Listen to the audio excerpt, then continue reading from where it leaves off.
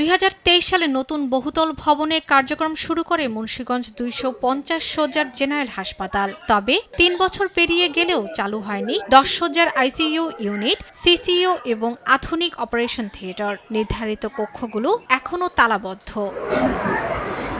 250 শয্যার হাসপাতাল হলেও এখনও 100 শয্যার জনবল কাঠামো নিয়েই চলছে কার্যক্রম। 10 জন সিনিয়র কনসালটেন্টের বিপরীতে রয়েছে মাত্র একজন। সার্জারি, মেডিকেল, নাক, কান, গলা ও চক্ষু সহ গুরুত্বপূর্ণ কয়েকটি বিভাগে নেই কোনো বিশেষজ্ঞ চিকিৎসক। এছাড়া নার্স, ওয়ার্ড বয় ও পরিচ্ছন্নতা কর্মীর সংকটও প্রকট।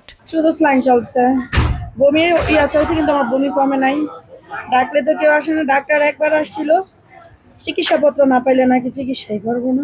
নানান জায়গায় ভাঙ্গা টাঙ্গা বা অসুস্থ, টয়লেট ভালো না, তারপর চিকিৎসার মান যতটুকু দরকার ছিল অতটুকু না, এবং ওষুধ যেটা সাপ্লাই ছিল সাপ্লাই অন বলতেছে নাই। রোগী আসলেই বলে ঢাকা যান, অথচ আমাদের এই মুন্সিগঞ্জ জেনারেল হসপিটালে একটি আইসিইউ পড়ে আছে, যেটা খুবই ভালো একটা অবস্থা, কিন্তু সেটা চালু করছে না। আমরা চাই যাতে আমরা মুন্সিগঞ্জবাসী সদর আইসা যা যা নিয়ম, যা যা প্রাপ্য কথা আমাদের, তা যাতে আমরা পাই। হাসপাতাল কর্তৃপক্ষ বলছে, চিকিৎসা ও প্রয়োজনীয় জনবল নিয়োগের চাহিদাপত্র মন্ত্রণালয়ে পাঠানো হয়েছে।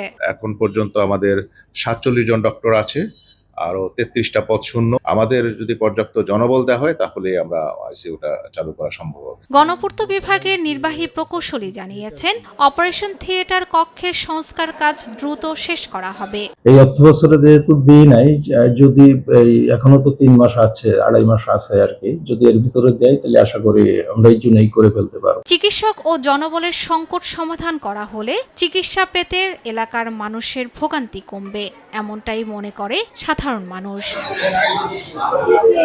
শর্মিলা কেয়া, নিউজ ডেস্ক, দেশ টিভি।